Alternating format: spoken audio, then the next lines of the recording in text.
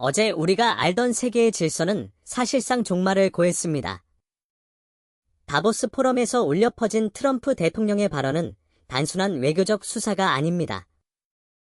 그것은 동맹이라는 이름 뒤에 숨겨진 잔혹한 실리주의의 민낯이었습니다. 그린란드를 사겠다는 발상이 황당하게 들리십니까? 하지만 그 이면에는 여러분의 자산과 직결된 거대한 경제적 지각 변동이 숨어 있습니다. 미국은 더 이상 공짜 점심을 제공하지 않겠다고 선언했습니다. 전후 80년 동안 유지되어 온 대서양 동맹이 단 한 장의 영토, 매각 요구서 앞에서 처참하게 무너지고 있는 현장을 우리는 목도하고 있습니다. 이것은 단순히 먼 나라의 땅 따먹기 게임이 아닙니다. 덴마크 연기금이 미국 국채를 투매하고 뉴욕 증시가 휘청거리는 순간 여러분의 은퇴 자금과 투자 포트폴리오도 함께 타격을 입기 시작했습니다. 오늘 이 시간을 통해 저는 그 누구도 말해주지 않는 그린란드 사태의 본질을 파헤쳐 보려 합니다. 트럼프가 왜 하필 지금 이 얼어붙은 땅에 집착하는지, 그리고 이 갈등이 결국 우리 지갑에 어떤 영향을 미칠지 아주 냉정하게 분석해드리겠습니다. 끝까지 함께 하신다면 국제정세의 거대한 흐름 속에서 여러분의 소중한 가치를 지킬 수 있는 통찰을 얻으실 수 있을 겁니다. 지금 바로 구독과 좋아요를 눌러주십시오. 이 복잡한 난국을 헤쳐나갈 유일한 전략을 바로 시작합니다. 약속합니다. 오늘 영상이 끝날 때쯤 여러분은 세상이 돌아가는 전혀 다른 눈을 갖게 될 것입니다. 동맹이라는 단어는 이제 국제정치의 사전에서 지워야 할지도 모르겠습니다. 트럼프 대통령이 나토 사무총장과 만난 자리에서 보여준 태도는 협력자가 아니라 채권자의 모습에 가까웠습니다. 그는 유럽 국가들이 안보라는 무임승차권에 취해 미국이 쏟아부은 헌신을 가볍게 여기고 있다고 일갈했습니다. 그 결정타가 바로 그린란드였습니다. 영토 주권이라는 현대 국가의 가장 신성한 가치를 거래의 대상으로 올리는 순간 수십 년을 이어온 대서양 동맹에는 회복 불가능한 균열이 생겼습니다. 미국은 그린란드의 미군 기지 주변을 자국 영토로 선포하고 사법권과 행정권까지 행사하겠다는 구상을 내비쳤습니다. 이는 동맹국의 군대를 주둔시키는 차원을 넘어 남의 집 안방에 자기 명의의 등기부등본을 만들겠다는 선언과 같습니다. 덴마크와 그린란드 자치정부가 격려한 것은 당연한 결과입니다. 그들은 주권 문제를 협상 테이블에 올리는 것조차 거부하며 강하게 반발했지만 트럼프는 오히려 보복 관세라는 경제적 칼날을 휘두르며 압박의 수위를 높였습니다. 이 아수라장 속에서 가장 기괴한 장면은 누가 아군이고 적군인지 알 수 없게 된 피와 식별의 불능 상태입니다. 오랜 우방인 영국과 프랑스는 트럼프가 제안한 평화위원회 불참을 선언하며 등을 돌렸습니다. 그런데 놀랍게도 그 빈자리를 파고든 것은 러시아의 푸틴 대통령이었습니다. 서방 세계가 내부 분열로 자중질환에 빠진 사이 적대국이었던 러시아가 중재자를 자처하며 판에 끼어든 것입니다. 트럼프 대통령이 다보스에서 그린란드를 아이슬란드로 잘못 부르는 실수를 저질렀을 때 유럽 언론들은 이를 단순한 치매 증상이나 무지로 치부하며 조롱했습니다. 하지만 그 웃음 뒤에 가려진 공포는 실질적이었습니다. 미국이 더 이상 가치를 공유하는 수호자가 아니라 이익만 쫓는 거대한 포식자로 변했다는 사실을 깨달았기 때문입니다.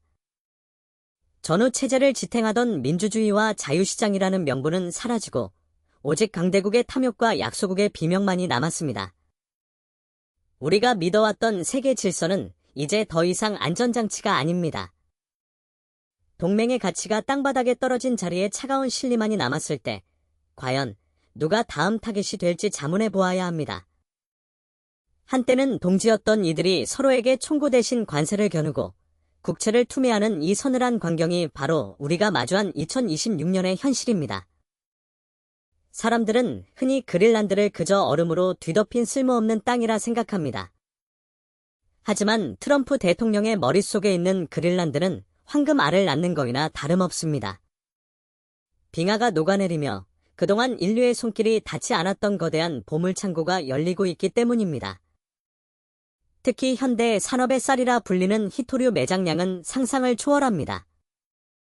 스마트폰부터 전기차 배터리 그리고 첨단 미사일 방어 시스템에 이르기까지 히토류가 없으면 미국의 첨단 기술 패권은 순식간에 신기루처럼 사라질 것입니다.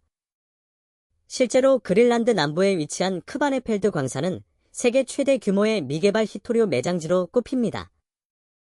트럼프가 덴마크에 비토건 즉 우선 거부권을 요구한 진짜 이유가 바로 여기에 있습니다. 중국이 전 세계 히토류 공급망을 장악하고 있는 현 상황에서 미국에게 그린란드는 단순한 영토 그 이상의 생존 문제입니다. 자원 공급망을 외부에 의존하는 국가가 얼마나 취약한지 우리는 이미 여러 차례 목격했습니다.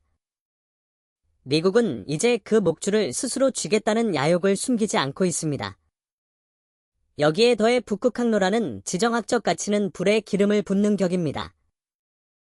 지구가 온난화로 뜨거워질수록 북극의 얼음은 녹아내리고 이는 아시아와 유럽을 잇는 가장 짧은 바닷길을 열어줍니다.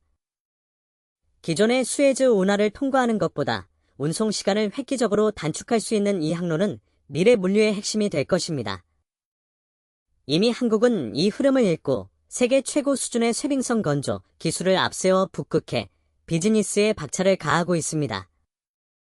한국의 쇄빙연구선 아라오노가 개척하는 길은 단순한 항로가 아니라 미래의 에너지와 물류 패권을 향한 고속도로입니다. 트럼프는 이 길목을 지키는 문지기가 되고 싶어 합니다. 그린란드에 골든 미사일 방어 시스템을 설치하고 군사기지를 확장하려는 것은 결국 북극해 전체를 미국의 앞마당으로 만들겠다는 의도입니다. 돈 냄새를 맡는데 탁월한 본능을 가진 트럼프에게 그린란드는 부동산 투자 그 이상의 가치를 지닌 지구상 마지막 남은 미개척지입니다. 그는 전후 미국이 세계 안보를 위해 헌신한 대가로 이 거대한 자원과 항로의 소유권을 내놓으라고 동맹국들의 목을 죄고 있습니다. 하지만 이 탐욕스러운 질주는 필연적으로 충돌을 야기합니다. 자원을 빼앗으려는 자와 지키려는 자 그리고 그 틈새에서 실익을 챙기려는 국가들이 뒤섞여 북극은 이제 차가운 얼음의 땅이 아닌 뜨거운 전장으로 변모하고 있습니다. 과연 이 치열한 자원 전쟁의 승자는 누가 될까요? 그리고 그 과정에서 우리가 당연하게 여겼던 자원 공급망은 얼마나 뒤흔들리게 될까요? 명확한 사실은 하나입니다.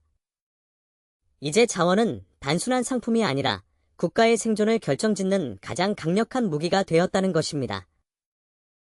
트럼프 행정부가 그린란드에서 요구하는 권리는 우리가 흔히 아는 단순한 군사기지 사용권이 아닙니다. 미국이 던진 카드는 기지가 설치된 토지에 대해 미국의 사법권과 행정권을 완전히 행사하겠다는 것입니다. 이는 해당 지역에서 발생하는 모든 사건 사고에 대해 덴마크 법이 아닌 미국 법을 적용하고 미국의 공무원이 직접 통치하겠다는 뜻입니다.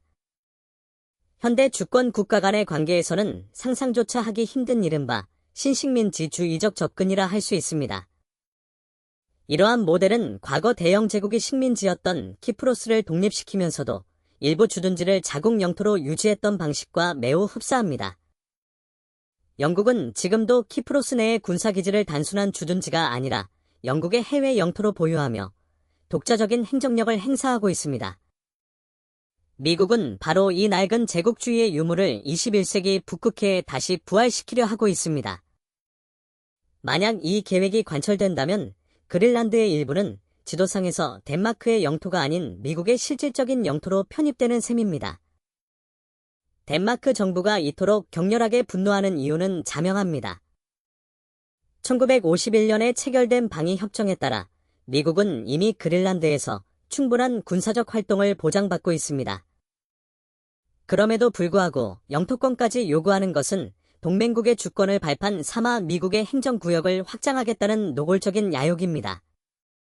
이는 단순한 안보 협력을 넘어 우방국의 자존심과 법적 체계를 근본적으로 무너뜨리는 행위입니다. 더욱 무서운 점은 이러한 방식이 한번 허용될 경우 다른 동맹국들에게도 전염병처럼 번질 수 있다는 사실입니다. 전 세계 곳곳에 미군 기지를 둔 국가들은 이제 미국의 사법권 요구라는 새로운 압박에 직면할지도 모릅니다. 동맹이라는 이름 아래 보호를 받는 대가로 법적 주권의 일부를 양도해야 하는 시대가 오고 있는 것입니다. 트럼프는 경제적 이익뿐만 아니라 법적 지배력까지 장악함으로써 미국의 이익을 최우선으로 하는 거대한 제국을 재건하려 합니다. 우리가 지켜온 근대 국가의 주권 원칙이 무너지고 힘의 논리가 법의 논리를 압도하는 순간 국제 질서는 정글의 법칙으로 회귀하게 됩니다. 남의 나라 땅을 사고 팔 수 있다는 발상을 넘어 그 땅의 법률까지 주무르겠다는 발상은 결국 동맹국을 파트너가 아닌 하수인을 대하는 태도에서 기인합니다. 주권이 훼손된 동맹이 과연 진정한 동맹이라 불릴 수 있을지 우리는 뼈아픈 질문을 던져야 할 때입니다. 미국이 영토 주권을 압박하며 관세 폭탄을 만지작거릴 때 덴마크는 모두의 예상을 넘는 정교한 반격을 시작했습니다. 그들이 선택한 무기는 총칼이 아니라 금융시장의 심장을 겨냥한 국채 매각이었습니다. 덴마크 연기금이 보유하고 있던 미국 국채를 대거 시장에 내놓았다는 소식은 월스트리트에 거대한 충격파를 던졌습니다. 동맹국이 미국의 빚 증서를 내다 버리기 시작했다는 사실은 단순히 돈의 흐름을 넘어 미국에 대한 신뢰가 근본적으로 파산했음을 의미하기 때문입니다. 달러 가치가 요동치고 뉴욕 증시가 급락하자 호기롭던 트럼프 대통령도 당혹감을 감추지 못했습니다. 그는 기자회견에서 증시 폭락을 언급하며 그린란드를 아이슬란드로 잘못 부르는 실수를 저질렀는데 이는 그가 직면한 심리적 압박이 얼마나 컸는지를 방증합니다. 덴마크는 작은 나라일지 모르지만 그들이 보유한 자본의 힘과 유럽연합이라는 거대한 배후는 결코 만만한 상대가 아니었습니다. 한 나라의 연기금이 움직이자 유럽 전체가 동조하며 약 160조 원 규모의 대미 보복 관세 패키지를 즉각 가동했습니다. 유럽연합은 단순히 방어에 그치지 않고 미국산 수입품에 대한 상호 관세를 낮추려던 기존 합의를 무기한 연기하며 경제적 전면전을 선포했습니다. 프랑스와 독일은 평소의 이견을 뒤로하고 미국의 일방주의에 맞서 강력한 공동 대응에 합의했습니다. 이는 동맹이라는 이름으로 묶여있던 경제 공동체가 미국이라는 거대한 포식자에 맞서기 위해 스스로 무장하기 시작했음을 보여줍니다. 자국 우선주의가 부메랑이 되어 미국의 금융 시스템을 타격하는 부작용이 현실화된 것입니다. 여기서 우리가 주목해야 할 점은 금융의 무기화입니다. 과거에는 영토 분쟁이 국경에서의 물리적 충돌로 이어졌지만 이제는 국채 매각과 관세 보복이라는 디지털 숫자의 전쟁으로 치닫고 있습니다.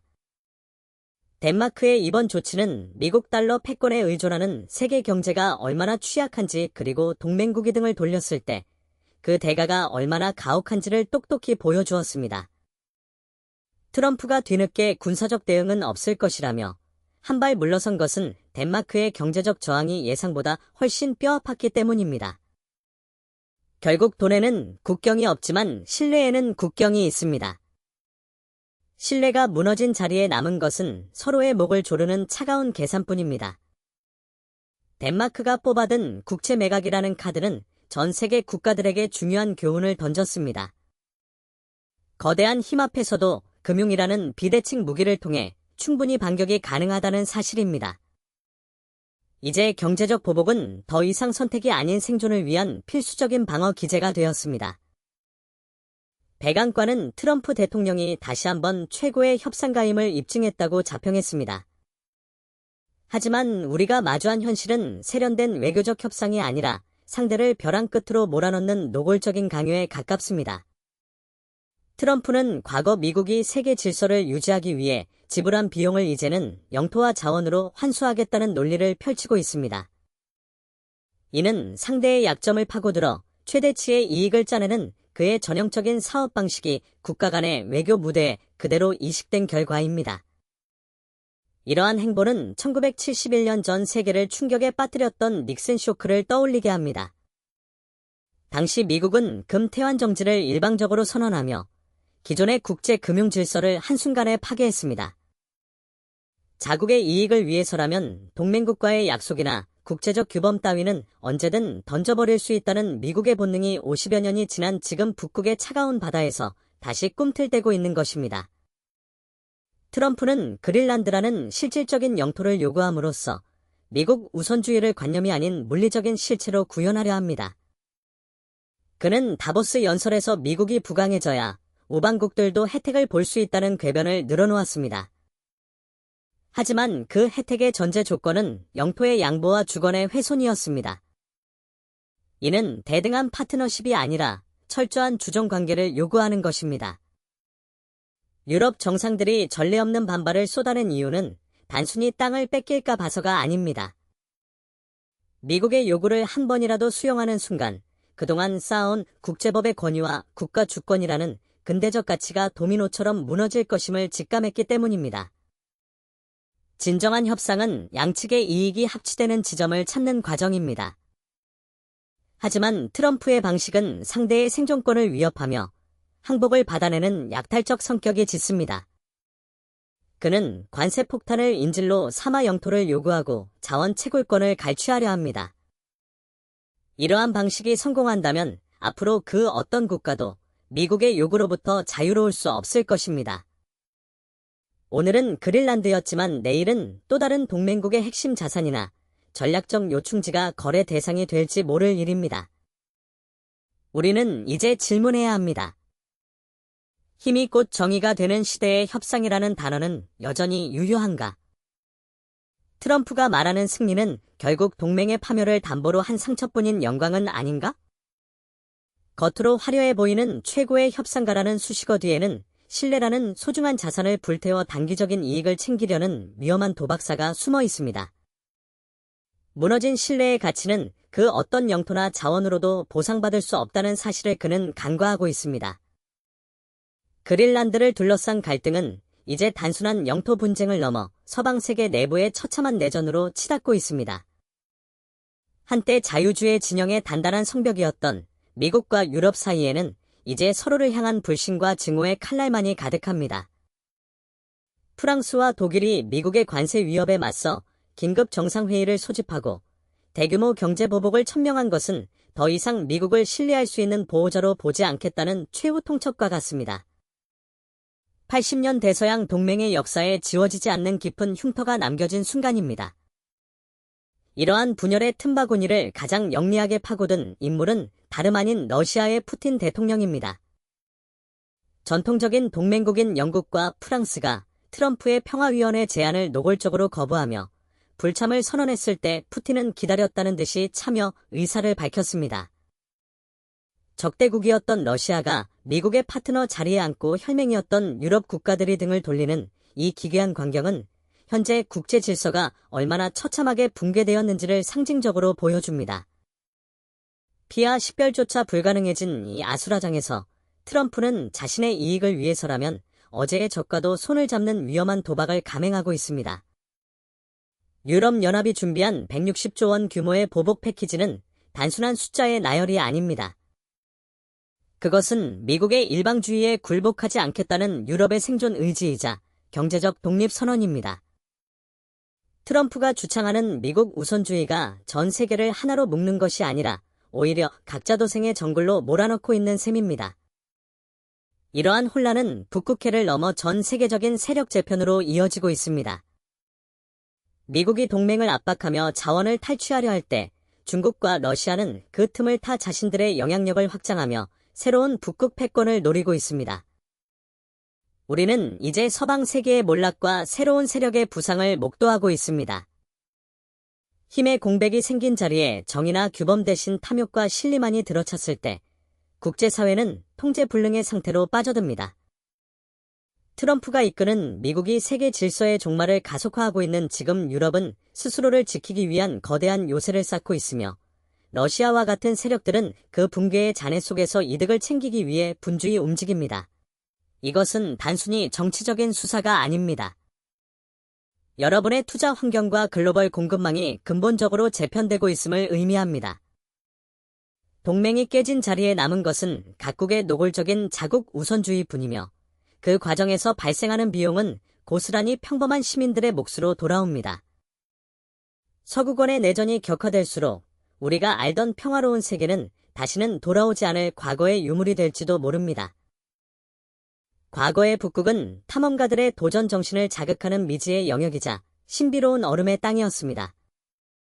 하지만 지금 우리가 마주한 북극은 거대한 자본과 군사력이 정면으로 충돌하는 가장 뜨거운 화약고로 변모했습니다.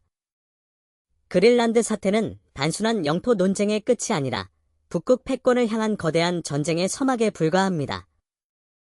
지구가 뜨거워질수록 역설적으로 북극을 향한 강대국들의 욕망은 더욱 차갑고 날카로워지고 있습니다.